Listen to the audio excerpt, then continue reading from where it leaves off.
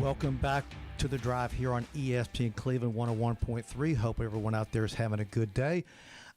We have a really great guest joining us right now, Josh Pate from Josh Pate's College Football Show. And Josh, I know that you predicted Indiana and win the national championship back in August, correct?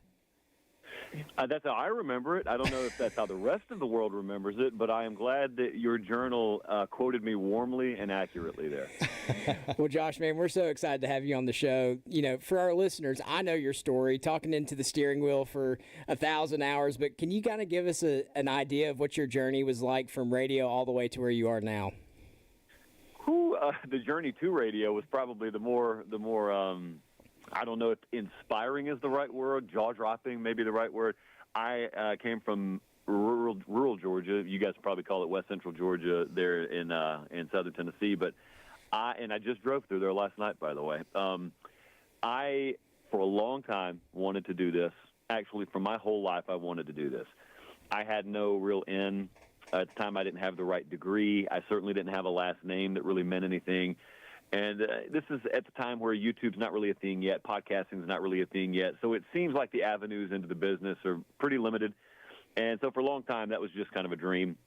And I worked construction, I worked manual labor, I worked in a fabric warehouse down in Columbus, Georgia for quite a while. And the whole time, just kind of badgering anyone and everyone, badgering program directors. Can I come watch?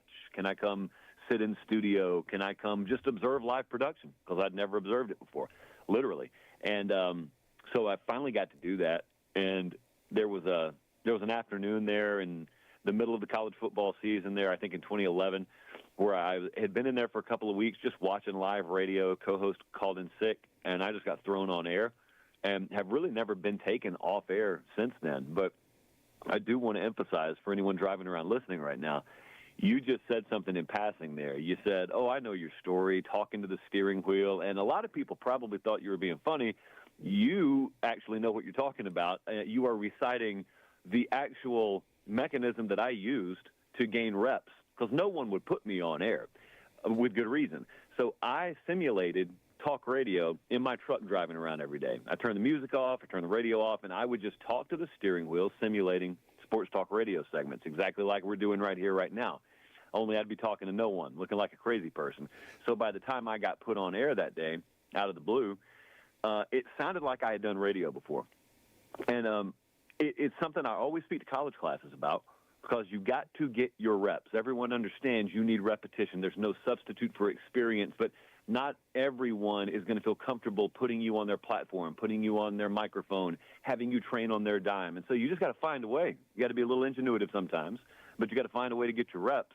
And man, I know that's that's about 15 years ago now. That seems like 50 years ago, with just how much the business has changed, how much my life has changed. But get to cover college football for a living, so it has worked out quite well. Well, Josh, I want to go ahead and lead with this. You're more than welcome to come get your reps on right here on The Drive on ESPN Cleveland 101.3 anytime you would like, okay? So I want to go ahead and put that out there. I appreciate that. You guys got air conditioning in there? Because where I was, somehow, even in 2011, we didn't have air conditioning. It was a big-time OSHA violation waiting to happen. I'm not sure the FCC even knows that station existed down there at the time.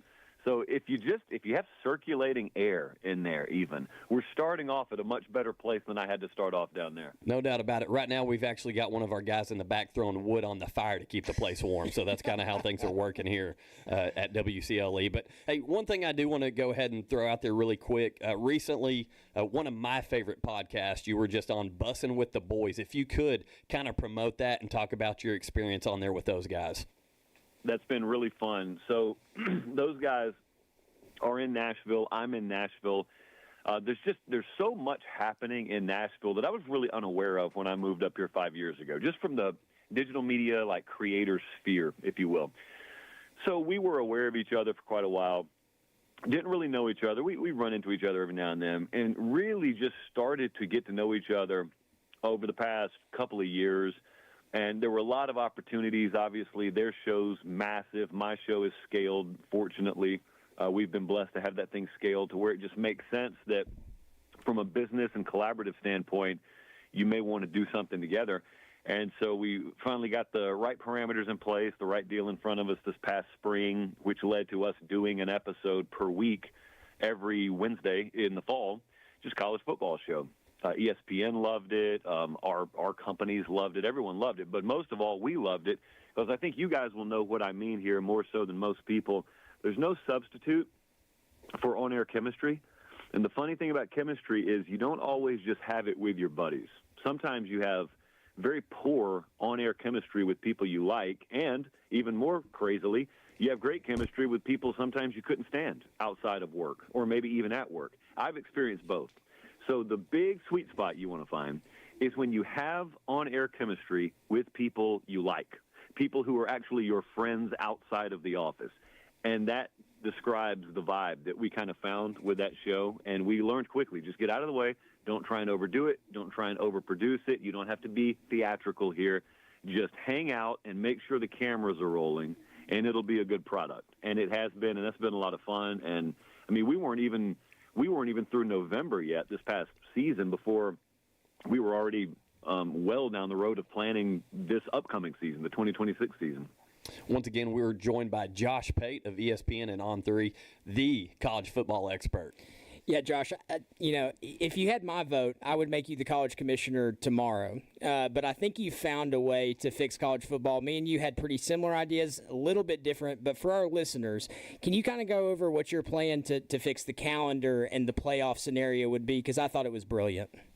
Yeah, so every time someone goes down this road of trying to fix the calendar, it's almost like watching a circus elephant that's been caged for a long time and it kind of understands it can't go very far.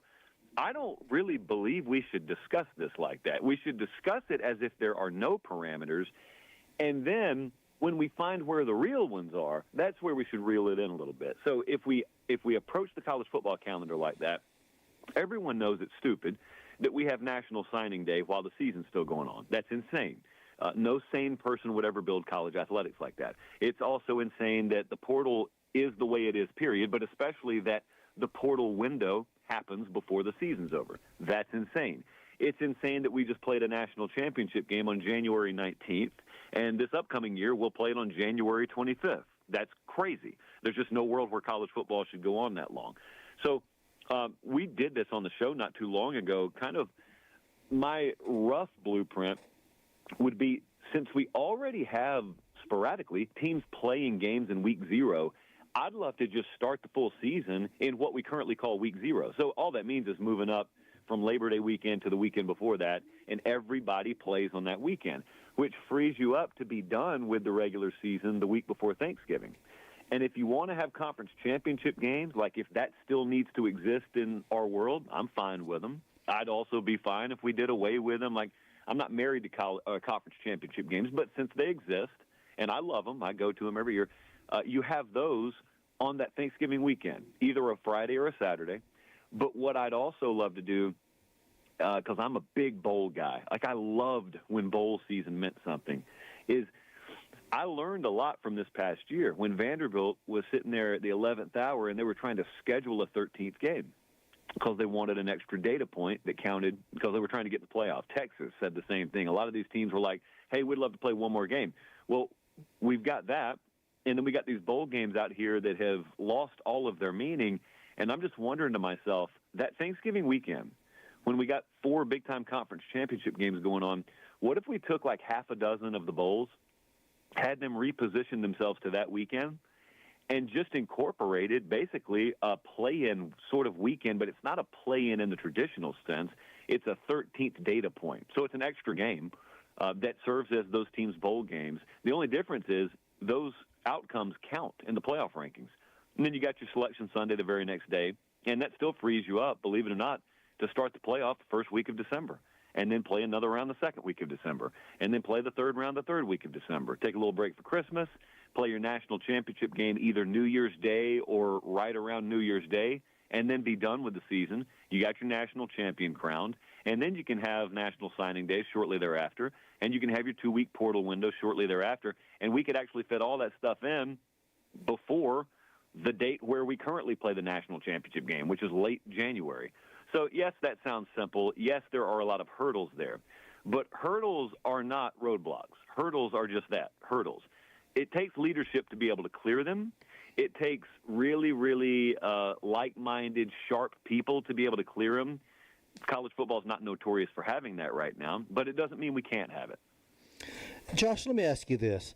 We all know that the majority of the talented high school players come from the southern part of the United States and California out there on the West Coast. Now, NIL has changed the way that especially the Big Ten is able to lure kids to their schools with NIL. You're getting a lot of the great athletes going to Big Ten schools. And if there's not an NIL cap and things stay the way they are, will the Big Ten continue to surge toward the top alongside the SEC? Yeah, I think there was a little bit of inevitability to that when you saw the landscape changing. I don't think it's ever been as severe as some people have led others to believe it is. But what I do think is I don't know if that world's going to be allowed to exist for very much longer, meaning I don't think anyone in their right mind looks at the current uncapped nature of college football and looks at the uncapped nature of, we say NIL, revenue sharing, just all of the above, and thinks it's a good thing long term. Now, if your team's benefiting from it, it's a good thing for you. But, I'm going to ask anyone who fits that description to do what no one in college football seems to be able to do right now, and that is put down those glasses and put on another set of frames that views what's best for the overall nature of college football on for a second. No one thinks it's good. And because of that, I don't really think, even in the Big Ten and the SEC, they're going to allow that to exist long term. Like, everybody really wants guardrails, rules, enforceable structure is what they want. The $1 million, well, actually probably the $1 billion question is, can we do it without making them employees? Or if we collectively bargain, how do we thread that needle in a way that both of us are happy? I don't know the answer to that. I do know that I think there is a very, very concerted effort right now to figure that out. And if it means splitting away from the NCAA by the Big Two to accomplish it, then so be it. I'm not saying I'm in favor of it. I'm just saying I think that's the place we're going in the not-too-distant future, to where I think we'll look back 10 years from now and, whatever the Netflix special is called about these past 5 or 6 years, it will be a bygone era. It will be something we look back on in the rearview mirror, and we'll collectively say to each other, hey, remember that period of time where it was just the Wild West and there was no cap and anyone could do anything? Remember how crazy that was? I think that's how we'll talk 10 years from now. It's just a really, really rocky time to kind of sort through all this, because it's like driving through fog. Once the fog clears, you can see everything. We're kind of in the middle of the fog right now. Once again, we're joined by college football expert from ESPN and On3, Josh Pate.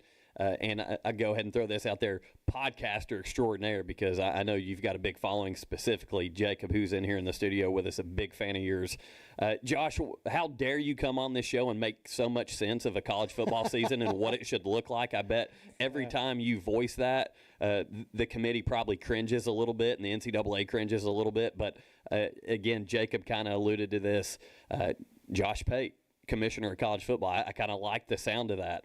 But one thing I do want to ask you on a little bit more of a professional note here is, looking back at this 2025 season, obviously the storyline of Indiana and Miami, there were so many storylines. Lane Kiffin. What was your favorite storyline of the 2025 college football season? Man, it's hard to get past Indiana. I know you mentioned that one, but it's hard to get past that one.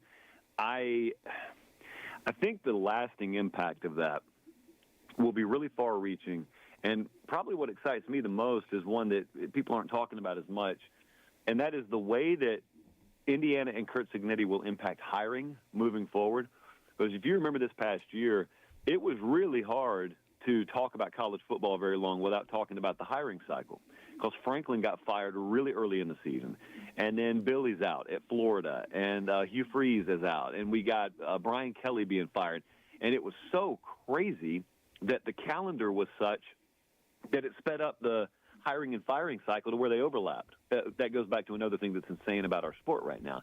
And I remember just thinking about how crazy it was where I'm looking at all these coaching searches, and I'm talking to agents, and I'm talking to folks inside those administrations doing the searches, and everybody's list looks the same. They're the same 5 to 10 names on everyone's wish list. And there's no world where that makes sense.